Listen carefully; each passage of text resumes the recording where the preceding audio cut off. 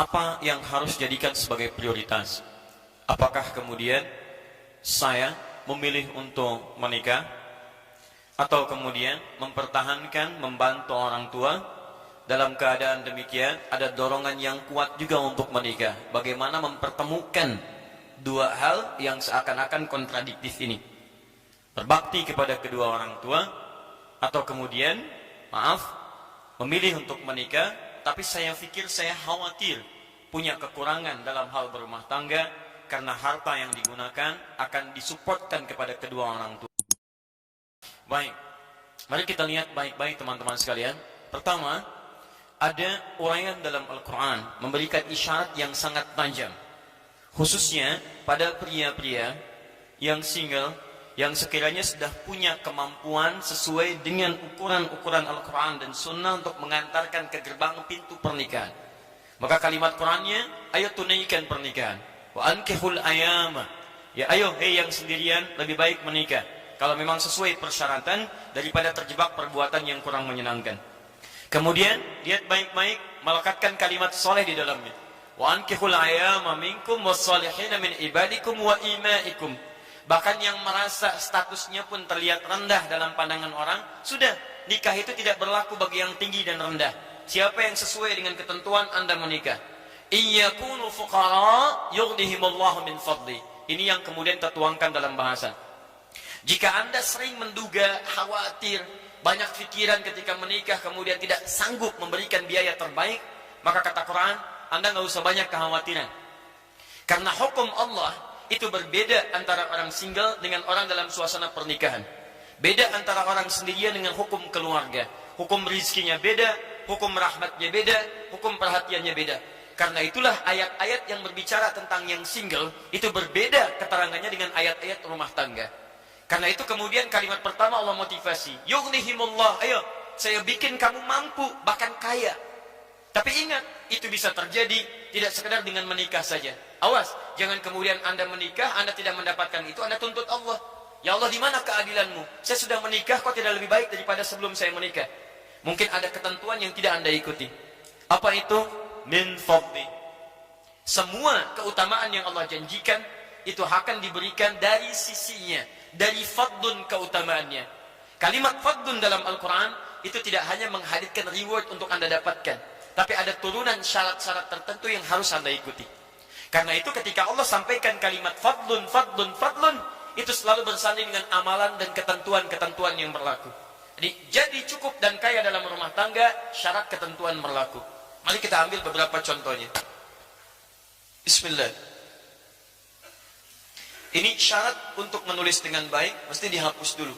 Gak mungkin kita tulis dalam keadaan hapusan. Ya, sebelum menikah pikiran banyak, setelah menikah hapuskan. Bismillah. Baik. Gak apa-apa, hapus sendiri, tulis sendiri. Luar biasa. Udah menikah ngepel sendiri, oles sendiri. Luar biasa. Perhatikan baik-baik, Allah berikan Anda menjadi mampu dan kaya min fadli dari keutamaannya. Allah yang kuasa, bukan Anda yang kuasa. Saya yang punya aturan, kata Allah, bukan kamu yang punya aturan. Aturan saya hukum rumah tangga beda dengan aturan single. Baik teman-teman, kita keluarkan hukum pertama dulu.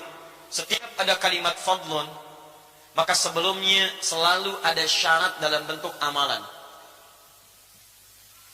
Misal, buka Al-Quran, surah ke ayat 29. Kalau mau lebih indah lagi surganya, Quran surah ke-4 An-Nisa ayat 63 sampai 64. Perhatikan baik-baik, kita mulai dari ini. Muhammadur Rasulullah walladzina ma'ahu asyidda'u 'alal kuffar ruhama'u bainahum tarahum ruk'an sujjada yabtaghuna fadla min Allah. Fadla. Kalimat fadlun, fadlun, fadla. Kalimat fadlun ini dimulai dengan amalan. Syaratnya amal saleh. Apa itu? Kata Al-Quran, perhatikan. Muhammad utusan Allah. Orang-orang yang bersamanya menggunakan ma'a. Ma'a itu ma'iyah. Ma'iyah itu punya dua hukum. Hukum pertama hadir di masanya. Yang bersama Nabi di masa Nabi, tiada lain sahabat. Sahabat hidup di masa Nabi, melihat Nabi, beriman pada Nabi sampai mereka wafat. Itu sahabat. Ingat, sampai wafat. Kalau dalam hidupnya kemudian imannya bergeser misalnya, maaf, kemudian bahkan tidak beriman kepada Nabi setelah itu, seperti Musailamah al-Kadzdzab, atau ada kemunafikan dalam dirinya, seperti misalnya Abdullah bin Ubay bin Salul, maka yang seperti itu tidak disebut dengan sahabat. Jelas ya? Baik. Atau hukum kedua, tidak hidup di zaman Nabi, tapi beriman kepada Nabi dan mengikuti tuntunannya, bersama Nabi dalam tuntunannya. Secara singkat keduanya disatukan jadi hukum umatnya Nabi. Kata Quran, yang mengaku umatnya Nabi Muhammad SAW, cirinya tegas pada berbagai penyimpangan dan penuh kasih sayang dengan sesama muslim. Penuh kasih sayang. Nah, tarahum, Anda lihat mereka itu suka beramal. Apa amalannya? Ruka'an sujada, sempurna ruku dan sujudnya. Kalimat ruku dan sujud kalau disebutkan salat. Salat. Yabtaghuna fadlan min Allah. Dalam salat itu mereka memohon fadlun, keutamaan dari Allah Subhanahu wa taala. Teman-teman perhatikan, Allah berikan kesempatan fadlun kalau Anda mau menunaikan amalan salat. Fadlun akan diberikan kalau ukuran amal yang menjadi syarat pemberian ini dipenuhi oleh kita. Dia jangan cuma menuntut, ya Allah anugerahkan keutamaan, tapi amalan menuju keutamaan itu tidak pernah Anda ikuti, mustahil. Anda kalau ingin kubah, Anda mesti cari tangga untuk mencapai kubahnya. Kalau Anda pernahkan tangganya, bagaimana bisa mencapainya? Ya Allah, burung aja yang nggak dihisab bisa terbang, kenapa saya yang dihisab nggak bisa terbang? Mimpi Anda, cari wasilah sampai ke sana. Makanya ketika Anda memohon, ada ayat turun tentang wasilah. Quran surah 5 ayat 35, paling kanan sebelah bawah. Ya alladzina amanu taqullaha wabtaghu ilaihil wasilah. Iman pada Allah, tingkatkan takwa, cari wasilah untuk mendekat pada keutamaan yang dimaksudkan. Paham? Ini ada kaidah-kaidah, kembalikan ke sini. Anda ingin mendapatkan fadlun bersama para nabi, bersama orang saleh, siddiqin, syuhada, apa amalannya? Ketika Allah mengatakan dzalikal fadlun, ini adalah keutamaan dari Allah, apa amalannya? Wa may laha wa rasul, taati Allah dan Rasul. Allah dan Rasul. Allah berikan hukum, ikuti. Rasul tuntunkan, ikuti. Jadi Anda ikuti hukum Allah, Anda ikuti tuntunannya lewat Nabi. Anda wafat dalam mengerjakan itu, peluang surga terbuka bagi Anda. Sepanjang Anda tidak mengurangi pahala Anda dengan mengerjakan hal yang tidak penting dalam kehidupan. Anda taklim, dapat pahala, ikut Nabi, tapi Nabi tidak pernah mengajarkan Anda mencela orang. Begitu Anda keluar mencela, pahala Anda diberikan pada yang dicela. Awas, saya tidak Ustaz, alhamdulillah tidak seperti orang itu tuh. Sama aja, pindah. Maka saya katakan pada Anda, saking sayangnya sayang pada Anda tinggalkan semua yang tidak penting. Anda tidak sepakat, tinggalkan yang sepakat itu ambil. Maka kita lebih tenang dalam kehidupan kita. Kembalikan ke sini. Sekarang Ustaz dalam pernikahan seperti apa? Supaya nggak lama-lama saya, kan? Baik, apa hukum fardun di sini yang harus saya ikuti amalannya? Sehingga dengan itu saya bisa mendapatkan janji Allah yang dijanjikan. Perhatikan turunan-turunannya dari hukum sejak pertemuannya dimulai. Ya, Quran surah ke-49 ayat ke-13. Turunan amalan dari sini. Yang bapak-bapak nggak usah nyatet, ini untuk yang single. Ya. 1. Hukumnya diikat dengan pertama ta'aruf yang baik. Saya turunkan ayatnya Quran surah ke-49 ayat 13. Kemudian terjadi lamaran di Quran surah ke-4 ayat yang ke-4. Terjadi pernikahan di Quran surah ke-30 ayat ke-21. Kemudian pembagian tugasnya di Quran surah ke-4 ayat 34-nya, paling kiri sebelah atas. Kemudian perannya digambarkan dalam surah Yusuf, mulai ada pembagian di Quran surah ke-12 misalnya, kita ambil di ayat ke-5 sampai dengan ayat ke-6-nya. Setelah itu baru masuk ke percarian nafkah, yang katanya fuqara. Anda tunaikan saja Quran surah kedua ayat 168. Anda isi dengan iman di Quran surah kedua ayat 172. Kalau pengen lebih cepat, Anda ada di Quran surah ke-7 ayat 96. Kemudian setelah itu kita hapus dulu yang ini. Semoga Allah ampuni dosa orang-orang yang bisa membantu menghapus tapi tidak mau menghapus. Baik, ya. Bismillah. Baik, kita simpan di sini supaya lebih dekat.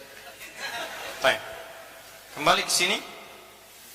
Ini jangan khawatir tentang rizki kata Allah, karena rizki sudah saya atur di Quran surah ke-22, surah 51 maaf, Quran surah 51 ayat ke-22. Dan ini sudah diturunkan ke bumi di Quran surah kedua ayat 29.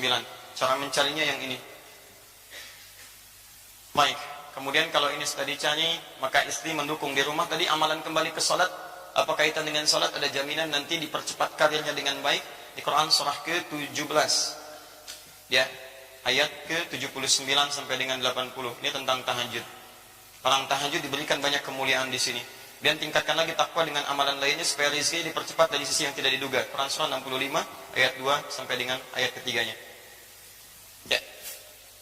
Ini ayatnya. Gak percaya silahkan amalkan. Antum amalkan, persiapkan dengan ayat-ayat ini. Terjadilah apa yang terjadi, maka Masya Allah. Ada yang dijadikan cukup materinya, tapi kaya dalam hatinya. Itu yang hebat. Ada yang dijadikan kaya suasana hatinya, kaya juga rumah tangganya. Modelnya banyak. Seperti yang pertama, Ali bin Abi Thalib radhiyallahu ta'ala anhu. Sampai pakaian rumah tangganya, sampai sekarang masih ada di abadi di top cafe. Ada, teman-teman sekalian. Pakaian Sayyidah Fatimah, pedangnya Ali bin Abi Thalib, bagian dari kisah perjalanan kehidupannya. Ada. Padahal dalam hidupnya, beliau memilih cukup dibandingkan kaya yang lainnya. Tapi kayanya hadir dalam cintanya. Kayaknya hadir dalam kasihnya. Kayaknya hadir dalam sabarnya. Kayaknya hadir dalam kelapangannya. Dia tenang, nyaman. Ada yang kaya, luar biasa, dan rumah tangga juga nyaman. Seperti sahabat Utsman bin Affan radhiyallahu ta'ala anhu. Asetnya banyak. Ya, pernikahannya baik, mulia, dipandang orang yang paling tawadhu, orang paling pemalu. Kata Nabi sampai datang malaikat Jibril malu sama Utsman. Masya Allah, asetnya sampai ada masih saat ini. Menikah dengan 2 putri Nabi. Jadi yang satu meninggal, nikah lagi dengan satunya lagi. Abadi kisahnya sampai hari ini. Sampai dituliskan oleh Imam An-Nawawi di antara amalan-amalan yang tadi saya tuliskan itu. Nanti kita runtutkan. Antum pilih mana? Jadi Utsman atau jadi Ali radhiyallahu ta'ala anhuma. Ikuti nilai sejarah di antara keduanya. Yang abu-abu, tinggalkan. Oh, dan sudah lewat masanya. Baik. Satu, lihat. Saya agak rincikan ya, supaya kita agak cepat. Saya kira ini lebih peka. Teman-teman, perhatikan pertama, dari ta'arufnya, ikuti. Bukan model pergaulan yang bebas. Ya ayuhan nasu, inna khalaqnakum min dzakarin wa untha. Satu, cara ta'aruf pertama, hai manusia. Jadi pernikahan terbuka untuk semua manusia. Hukum bisa diikuti. Awas, karena ini nikah itu fitrah sebetulnya. Bukan untuk orang Islam saja. Karena kalimat Qurannya menggunakan nas. Nas itu untuk semua. Konteks manusia secara komunal itu disebut nas. 241 kali disebutkan dalam Al-Quran. Artinya sifat manusia itu cenderung berkomunal, berkelompok. Kelompok yang paling privasinya keluarga. Jadi ada dorongan fitrah berkeluarga. Di mustahil setiap manusia itu punya fitrah untuk single. Tidak. Pasti ada keinginan untuk berumah tangga. Cuma nanti cara untuk menempuhnya Islam mengatur dengan lebih baik. Bagaimana caranya? Lihat baik-baik. Anda tentukan pasangannya dulu. Inna khalaqnakum min dzakarin wa untha. Kami ciptakan pasangan kalian, laki-laki, pasangannya perempuan. Ingat baik-baik ya. Awas, ini bagian pertama. Hati-hati. Anda tidak mengikuti tuntunan ini, tidak akan datang keutamaan Allah pada diri Anda. Satu, pasangan laki-laki siapa? Perempuan. Anda laki-laki, pasangannya perempuan. Anda perempuan, pasangannya laki-laki. Dan hukum ini ternyata tidak hanya mencakup untuk manusia, tapi keberlawanan ini secara fitrah dari jenis itu mencakup semua makhluk, yang membedakan antara makhluk dengan khalik. Hukumnya ada di Quran surah 51 ayat 49, paling kiri sebelah bawah. Lihat kalimatnya, wa min kulli syai'in khalaqna zawjayn la'allakum tadhakkarun. Dan dari makhluk itu kami ciptakan berpasangan yang berlawanan supaya manusia sadar dan merenungkan hanya Allah yang tidak punya pasangan. Allah tak punya pasangan. Lam yalid wa lam yulad. Tidak beranak, tidak diperanakan, tidak berpasangan. Wa lam yakul lahu kufuwan ahad, tidak punya partner dalam kehidupannya, dalam aktivitasnya. Manusia tidak punya pasangan, punya aktivitas, punya anak diperanakan. Perhatikan baik-baik. Maaf, fitrahnya berlawanan. Zaujain itu berlawanan. Jangankan manusia, kambing itu hewan. Kambing jantan pasangannya betina. Awas, kambing betina pasangannya jantan. Sapi tahu, kambing tahu. Maaf, semua hewan tahu. Silahkan cek, mohon izin ya, sampai hari ini saya belum pernah temukan artikel ada kambing homo, sapi lesbi misalnya. Saya belum temukan. Jadi hewan yang tidak punya akal pun fitrahnya mendorong dia untuk mencari pasangannya. Jadi kalau ada manusia yang punya akal mencari pasangan sesama jenis, ya ada yang salah dengan fitrahnya. Ada yang keliru itu. Ada yang keliru. Tumbuhan juga begitu, putik benang sari. Makanya antum kalau baca Quran, coba sampai kedalamannya yang jeli. Kenapa Allah minta kita belajar dari kurma? Bahkan ada suratnya, surah kurma. Ya teman-teman sekalian, coba keluarkan baik-baik. Tentang kurma dibuat, ditampilkan kepada kita. Lihat baik-baik. teman-teman, kurma itu ketika tumbuh itu cuma satu jenis. Kalau tidak putik, benang sari. Kalau tidak putik, benang sari. Jadi kalau satu misalnya antum tanam kurma ini jadi satu pohon, itu cuma satu jenis. Kalau tidak putik, benang sarinya. Makanya kalau antum tanam misalnya satu, tidak dikembang biakan, kembang biakannya kemudian antum tempelkan di cangkok salah satunya. Jadi kalau ini putik, ambil benang sarinya. Talqih kalau dalam bahasa Arab. Tempelkan ke situ. Begitu ditempelkan, baru dia bisa tumbuh berbuah. Tapi kalau antum cuma jadikan begini, tidak pernah diambil pasangan yang lainnya, itu dia hanya akan tumbuh dan dia tidak berbuah. Dia tidak berbuah. Jadi cuma tumbuh, tidak berbuah. Alhamdulillah dalam kurma bisa tumbuh. Jangankan Anda, banyak di Arab. Tapi kalau ingin berbuah, ambil pasangannya, tempelkan di situ. Tayyib. Syarat pertama, laki-laki pasangannya siapa? Perempuan. Teruskan.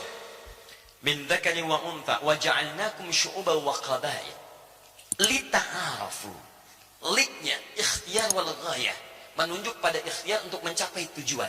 Kata Quran, yang laki-laki perempuan ini kami tempatkan, kami sebarkan di berbagai pelosok-pelosok negeri. Syu'uban, bisa berbeda-beda komunitas, beda RT, beda RW, beda kecamatan, kabupaten, sampai beda negara dan benua. Silahkan. Wa qabail, bahkan satu tempat sukunya bisa beda. Sumatera berapa suku, Sunda berapa suku, Jawa berapa suku. Silahkan, satu benua, satu pulau, satu kabupaten, sukunya bisa lain. Tapi dari semua perbedaan itu bukan hanya untuk keragaman. Kata Quran, li ta'arafu, li ikhtiyarul ghayah, untuk ikhtiar mencapai tujuan. Apa tujuannya? Ta'aruf. Silakan cari.